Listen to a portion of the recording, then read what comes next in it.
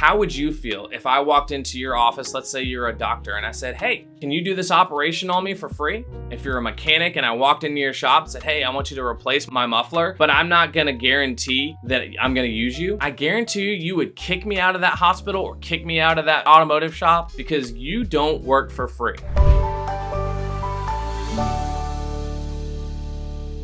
Are you accidentally insulting your real estate agent? Now, I don't think you're a bad person, but I think you'd be surprised by some of these subtle ways that you could be insulting your real estate agent that you don't even intend to do. For those of you who don't know me, my name is Shaun. I'm a real estate agent here in Columbia, South Carolina. And there are some times where people do things that I don't think they intentionally mean to insult me, but they do tend to come off the wrong way. And I want to cover these for you in this video so that you have a good working relationship with your agent and you both enjoy the process and want to work together again in the future. And I think the biggest cause for most of these is not understanding how a real estate agent is paid. You see, 90% of real estate agents, probably even more than that, don't receive a salary. The only time they ever get paid is when a buyer buys a house and signs the contract. Once the home is sold and closed and it's all over, then real estate agents get paid, but not a second before. So every moment that they spend not at the closing table, they're actually working for free. And it's important that you understand that as we go into this list so that you can help support your real estate agent instead of insulting. The first way that you may be insulting your real estate agent is by not being clear in what you want. You know, there are a lot of people out there, buyers and sellers, who are very wishy-washy on what they want. Hey, I just want to buy a house. I just want to sell a house, but I don't know what I want out of my home. I don't know how much money I want to make. I don't know what are the needs and wants for a house. I just want to buy a house. When you approach an agent like that, they have to do a lot more work to help you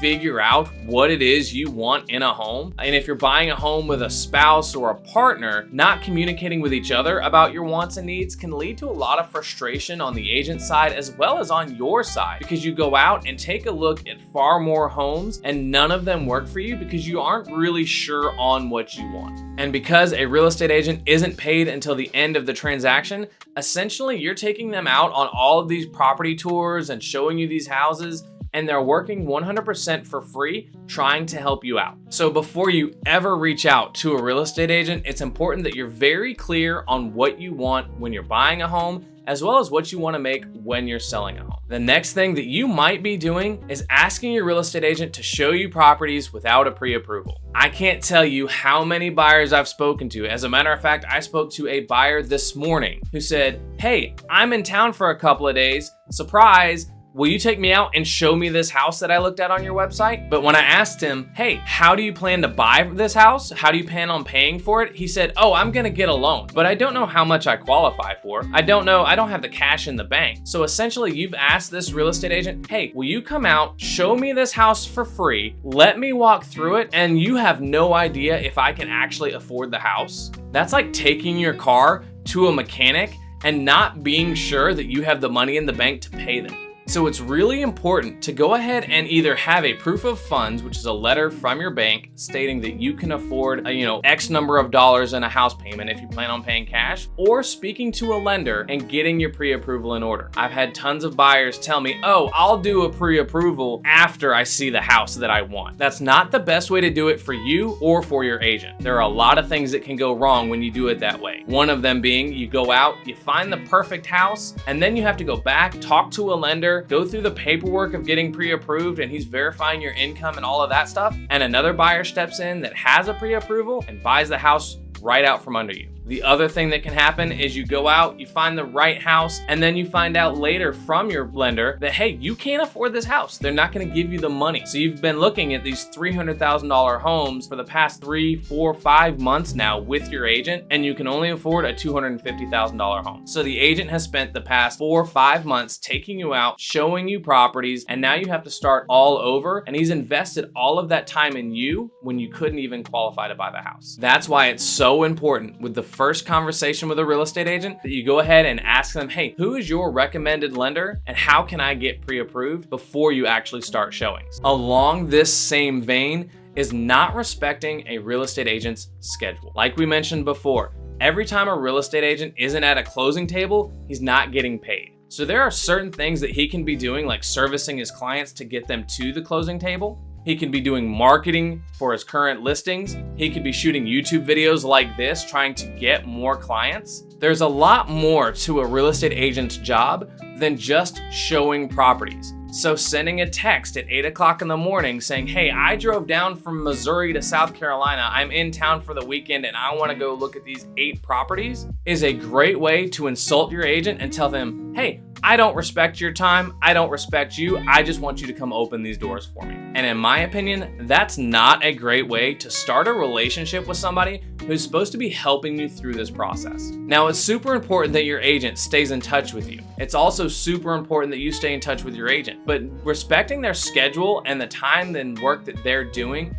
is going to go a long way to helping you have a healthy working relationship. Another part that goes into that is reaching out to your agent at strange and odd hours. Now, I perfectly understand that some of you have weird schedules. I used to work 6 p.m. to 6 a.m. and I had super weird hours. So I had no problem with a client texting me at 2 in the morning. But most agents don't maintain that schedule. Most of them have a Monday through Friday, 9 a.m., 8 a.m. to 6 p.m. type schedule. And they also need time off for family. So maybe they'll take off a Saturday or a Sunday, or they may even take off a day in the week so that they can show properties to clients who do have that Monday through Friday schedule and can't look at them any other time. But it's important to remember that your agent is not at your beck and call 24/7. It's absolutely vital that you reach out to them during reasonable times, reasonable hours, and be understanding if they have to take time off or can't call you back or text you back until the next morning.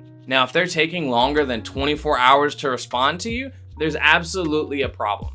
But expecting them to respond at every single one of your requests is not a good way to run a relationship or a business. As you can tell, a lot of these kind of revolve around working within your agent's schedule and your schedule. So it's important to have conversations before you agree to work with the agent on what works best for you and what you expect, as well as what your agent expects from you and what's an acceptable time to have a conversation. Another thing that's really important about respecting your agent's time is if you're not able to make it to a meeting, or if you're not able to show up somewhere on time at a meeting, it's super important that you let your agent know.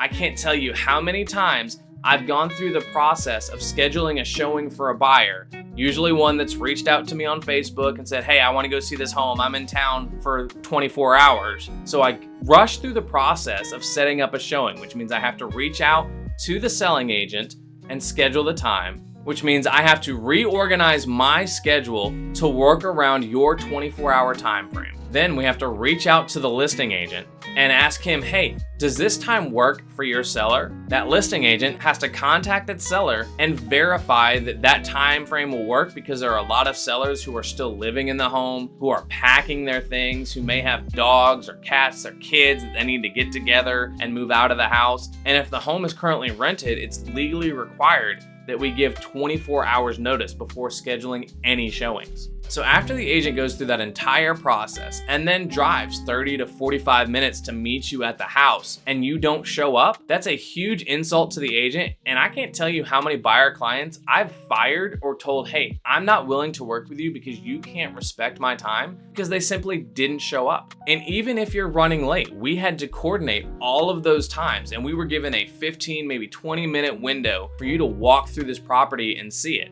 But because you were 15 to 20 minutes late and didn't tell your real estate agent, now that seller's already moved all their stuff out, they're upset, you have to try and change the schedule on the fly. Now I get it, stuff happens, you run into traffic, but if you at least let your agent know, he can contact the listing agent can contact the seller, and you can see, hey, can we move this appointment back a little bit? Can we move this around? But just showing up 20 minutes late for an appointment that was only gonna last 15 minutes is not the way you're gonna convince a seller to sell their house to you. And it's not how you're gonna show your real estate agent that you appreciate the things that they do for you.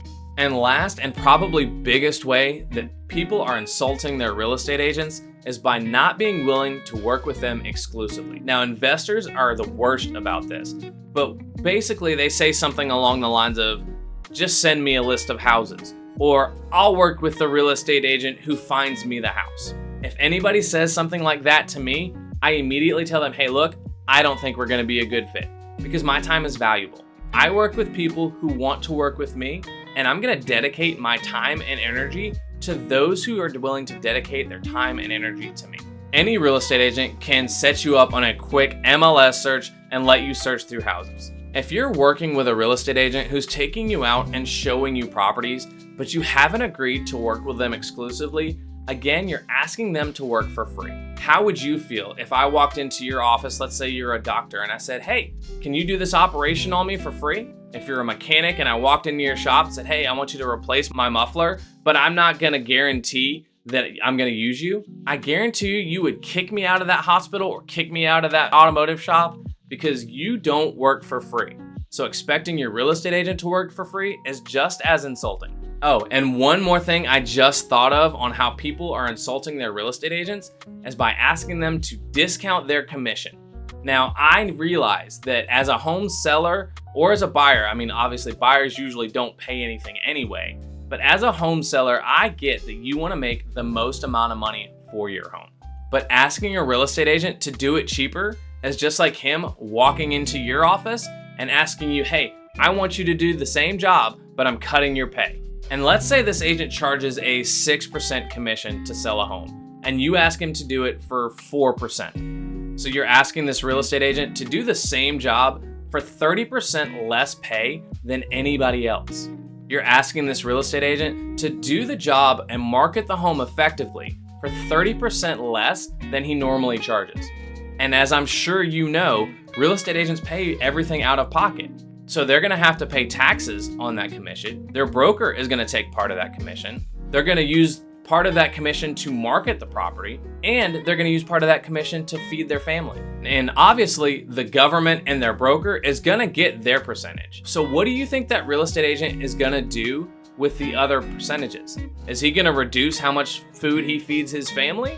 Or is he gonna reduce the marketing that he does for your home and do it less quality? That's something you have to think about when you're asking this agent to reduce their commission. If you don't think that they earn their entire commission, then you should hire somebody else. Now, I hope I didn't come across too strong in this video, but I think it's important that you and your agent establish a great working relationship and that you take these factors into consideration, because I think most home buyers and sellers are great people. I think they love their agents, especially if they do a great job and they recognize how hard the agent works, but they're subtly insulting this agent consistently throughout the entire process, and I know that's not what you want to do. By the way, if you are interested in hiring me as your real estate agent, I put a link down in the description for you to schedule a free moving strategy call to see if working together might be a good fit. And if you enjoyed this video, YouTube thinks you're gonna enjoy this video next.